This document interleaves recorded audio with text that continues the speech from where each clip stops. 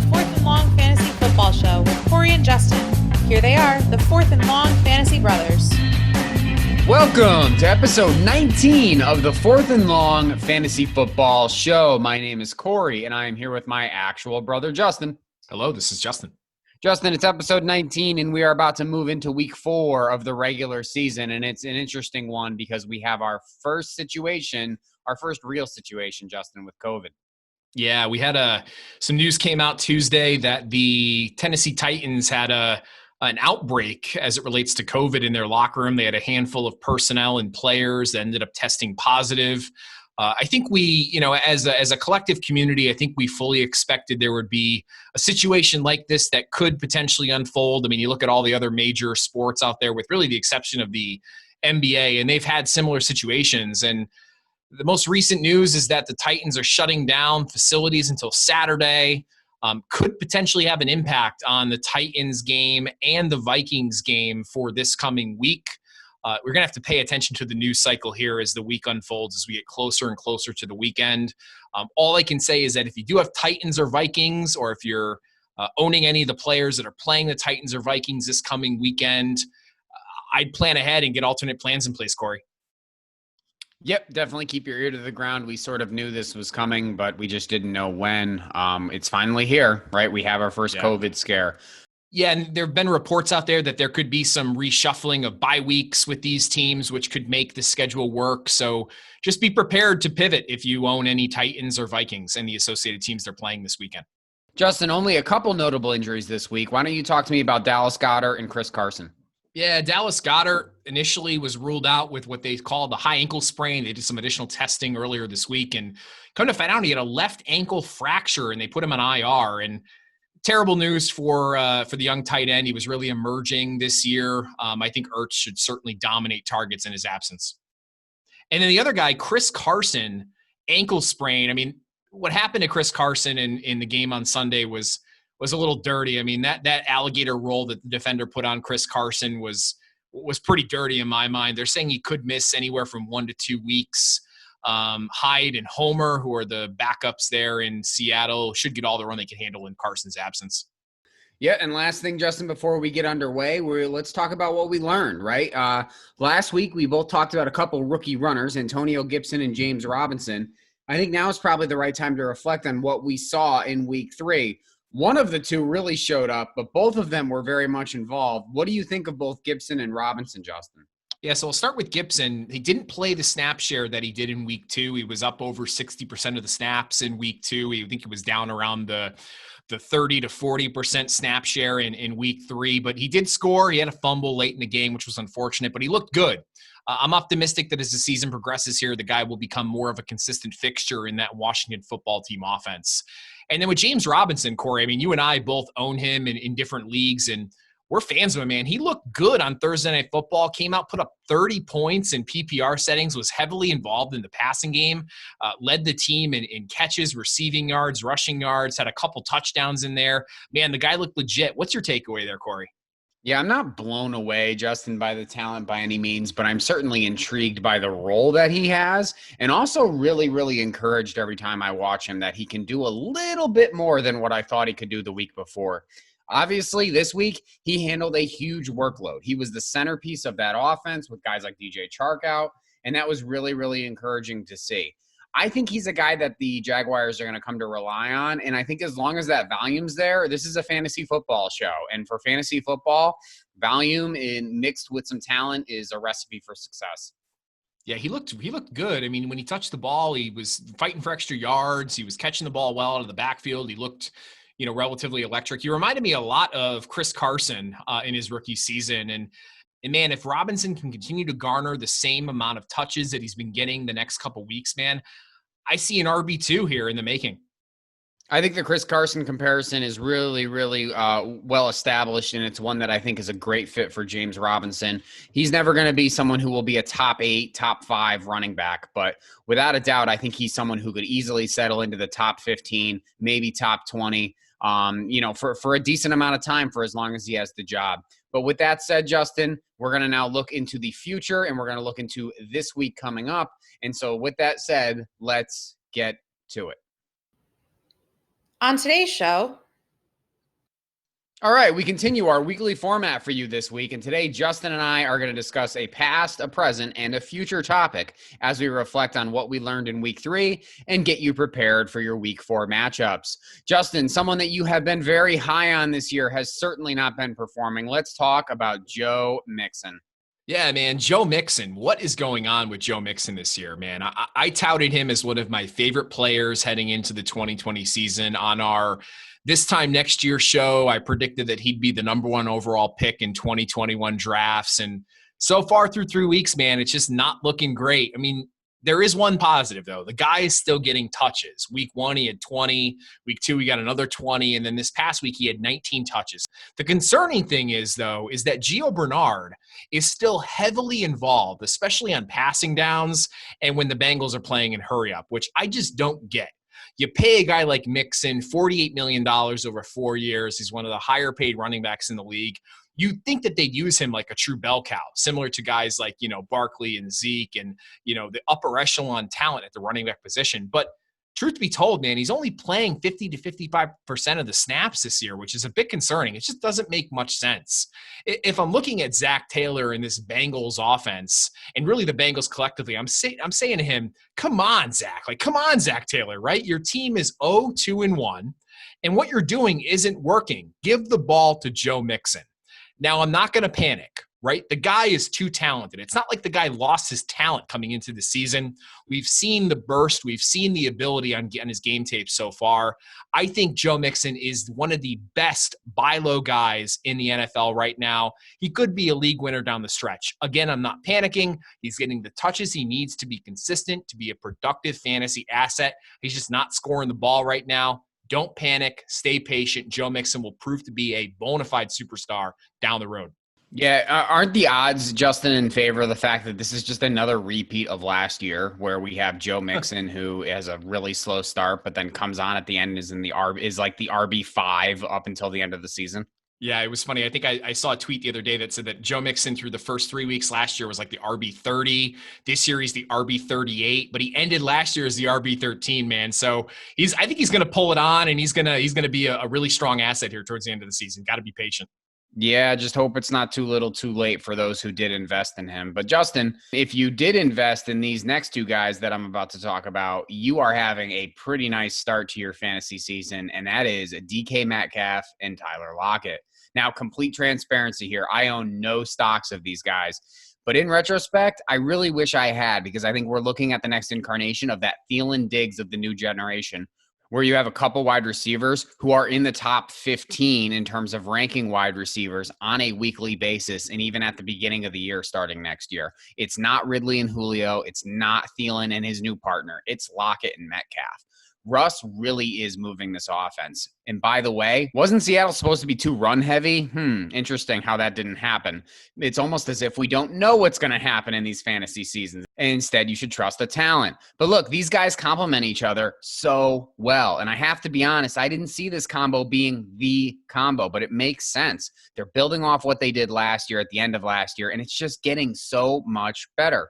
Other than that one DK brain fart that will probably be played again and again and again for years to come, these guys can't do much wrong. Sign me up for this season long. Don't sell from this offense. The Russ, DK, Lockett trio is the one you want to be hitched to, Justin. Yeah, man, they're really letting Russ cook, right, as they say. I mean, he looks like a bona fide MVP contender for this year. I mean, Metcalf and Lockett, they both played out of their minds these first couple weeks, man. I think they're locked and loaded wide receiver 1, wide receiver 2s for the time being here, man. They look great. Justin, any running backs that you're looking at as we move into the week? Any situation you really want to potentially invest in? Yeah, so coming back to the present here now, I want to talk about the Patriots backfield situation. And I don't want to talk about Rex Burkhead. I don't want to talk about Sonny Michel. I don't want to talk about James White. I want to talk about Damien Harris for the Patriots. Now, full disclosure, right, Corey, we're both Patriot fans, but man, kudos to Bill Belichick, right? This guy had half of his defense opt out of the season. He's integrated a new offense. He's brought in a new quarterback, and he's still winning, man. In fact, they were 1 yard away from beating Seattle back in week 2, and they'd be 3-0 at this point. But the backfield situation seems like it has some value this year, especially with how well Cam Newton's been playing and how solid this offense really looks. But it's about to get a little murkier here. Now, everyone's going to say after this past week and after, Rex Burkhead went off with 3 touchdowns, go pick up Burkhead, right? Especially after this past week. But while others zig, I'm going to zag, man, and I'm going to say go grab Damien Harris. Now, Damien Harris is expected to come off of IR soon, and at this moment, right, recording on Tuesday evening, we haven't heard if he's going to be officially active this week, but it's possible. Now, do we remember all the hype going into this season? I mean, he was one of the more hyped young running backs coming into this 2020 season. He was a rock-solid contributor at Bama during his tenure there. Got a lot of comps to Mark Ingram. He was, solid at everything, but not spectacular at anything. Most folks had probably forgot about Damien Harris, right? And I haven't. You think about all the injuries we've had over the last couple weeks. Guys that may have been stashing Harris on their IR may have dropped him. So go look and see if he's out there in your free agency this year. I would grab him if he's available. Stay patient, as it could really pay off down the road. You're a bold man, Justin, if you're investing into anyone in a Patriots backfield. I mean, if we've learned anything, it's that every week there's going to be a new guy who takes the role. This week it was Rex. Wouldn't surprise me if next week it's James White. After that, it's Sony Michel. After that, we see Damien Harris. Then it's back to Rex again. This is just the way the Patriots run their running backs. They all complement each other really well. Belichick and McDaniels never really decide on one guy. So if you're saying go with Damien Harris, I guess, sure, that's fine. I'm going to avoid this situation altogether, though. Yeah, that's fair, man. I think with all the injuries that we've had at the running back position, guys like Barkley, McCaffrey, Chris Carson this past week, if you're desperate for a running back and you want to stash a guy to see if he's got that upside, Damien Harris fits the bill. Well, Justin, if you're looking to potentially get a running back to make up for any of those injuries, I got the guy for you, and it's the guy that you should be selling right now to potentially get a decent running back, and that's Justin Jefferson. And this is not going to be a popular opinion because as of right now, he is the hot waiver wire ad in those leagues where he is available. And in those leagues where he's not available, if you stashed him, it's going to be really tempting to think, aha, it paid off. This is the guy I want to keep, and I want to potentially even start now. But I'm saying now is the time to sell.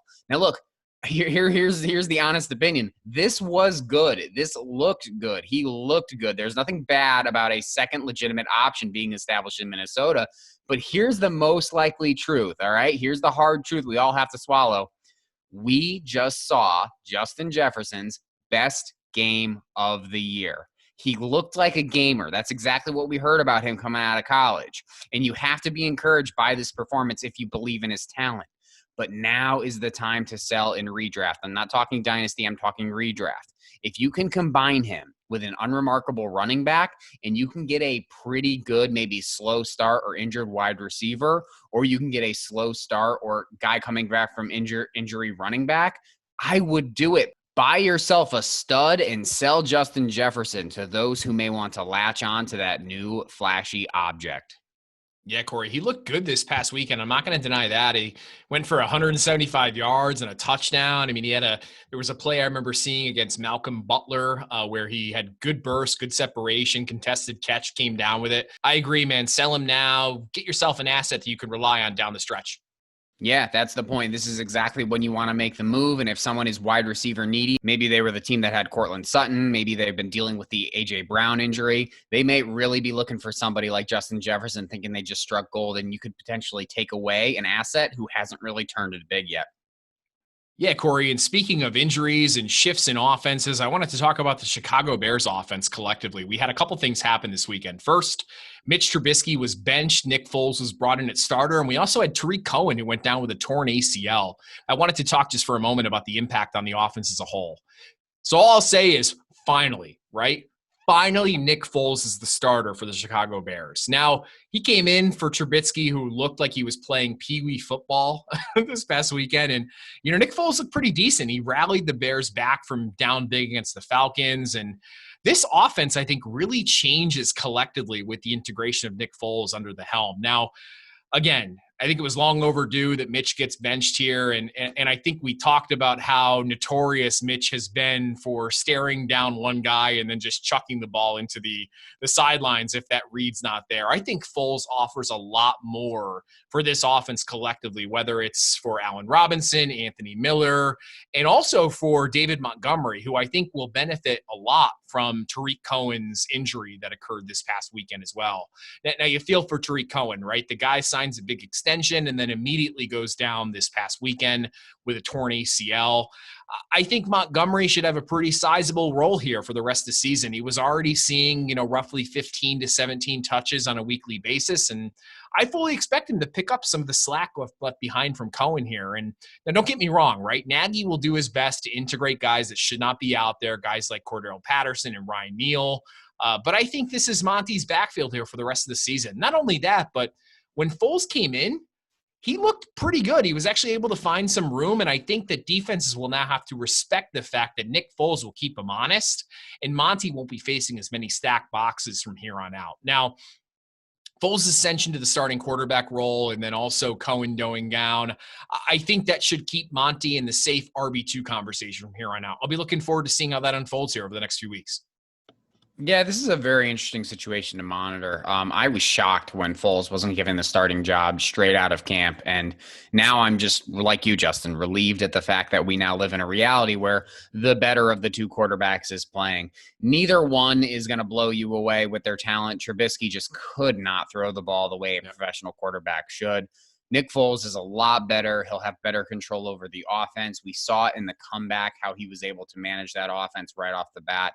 I'm very encouraged. I think this sort of will rise all ships that are in the harbor. And I think David Montgomery is one of those guys, especially with Cohen going down. Don't be surprised if Patterson is overused. I think that is going to be a kind of a classic Nagy thing that he might do. But eventually I see Montgomery really kind of settling into sort of what we talked about with James Robinson, where it is a usage role, right? I mean, their usage is going to be there, and he is talented enough to certainly make that a viable fantasy location to be. Yeah. And then you also look at, it was interesting. It was actually kind of funny. I was perusing Twitter Monday, and I saw a video that was posted of Allen Robinson's reaction to the fact that Foles was named the starter for this coming week. And he kind of did that half smile, like, yeah, this offense is going to be a lot better with Foles under center. Yep. Yeah, that guy's got to be happier. I think the whole offense is going to be happier. I think Chicago fans have to be happier. I think it's about time that this happened. Yeah. Speaking of things that have just happened, we've just seen a new running back take the reins in Carolina, and that was Mike Davis. And what we saw in week one was nothing spectacular, but I think you are going to be dealing with a McCaffrey light here. Now, I've never not liked Mike Davis. He's been consistently okay, and I'm going to emphasize the okay, but because that's just it, right? He's okay. He won't ever exceed that. Now, Davis wasn't great on the ground in week one. He honestly wasn't all that effective through the air, but he was used. The usage was clearly there. It's still that CMC usage. Now, he's never going to be McCaffrey. Statistically or on video, we're never going to see Mike Davis produce like McCaffrey did.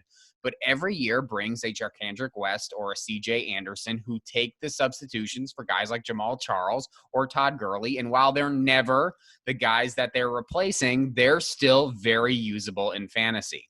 Mike Davis may be that guy for anywhere from 3 more weeks to potentially longer if McCaffrey can't get right. So folks who own Mike Davis and picked him up this week, ride that situation and enjoy that situation. The Panthers look ugly. Davis was trying his best. This isn't pretty, but for fantasy, it's effective. And as we always say, Corey, right? Volume is all that really matters sometimes in fantasy football, and Davis will get all the volume he can handle over the next few weeks while McCaffrey heals up. Yeah, well, I'm going to disagree on one thing. It's not all that matters. Talent definitely does play a major part because take a look at some of the running back situations in other areas of the league. I don't think this is going to be anything where you're going to get some huge ceiling games. But I think Mike Davis is going to be a really steady RB2 just because of usage. The same thing we talked about with James Robinson, the same thing we talked about with David Montgomery. Yeah, for a guy like Mike Davis, who's not necessarily the most talented or most elite running back in the league, if he can get 20-plus touches, man, sign me up for an RB2. Yeah, and there you go, Justin. We have no idea what week 4 is going to bring, but our week 4 show is now in the books. Next week, we will continue our weekly seasonal episodes.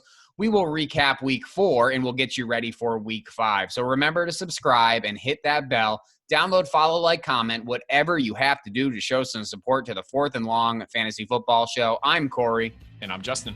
And this has been the Fourth and Long Fantasy Football Show. We will see you next time. Royalty-free music courtesy of Ben Sound. The views and opinions expressed on today's episode are that of the Fourth and Long Fantasy Football Show. Remember to like and subscribe.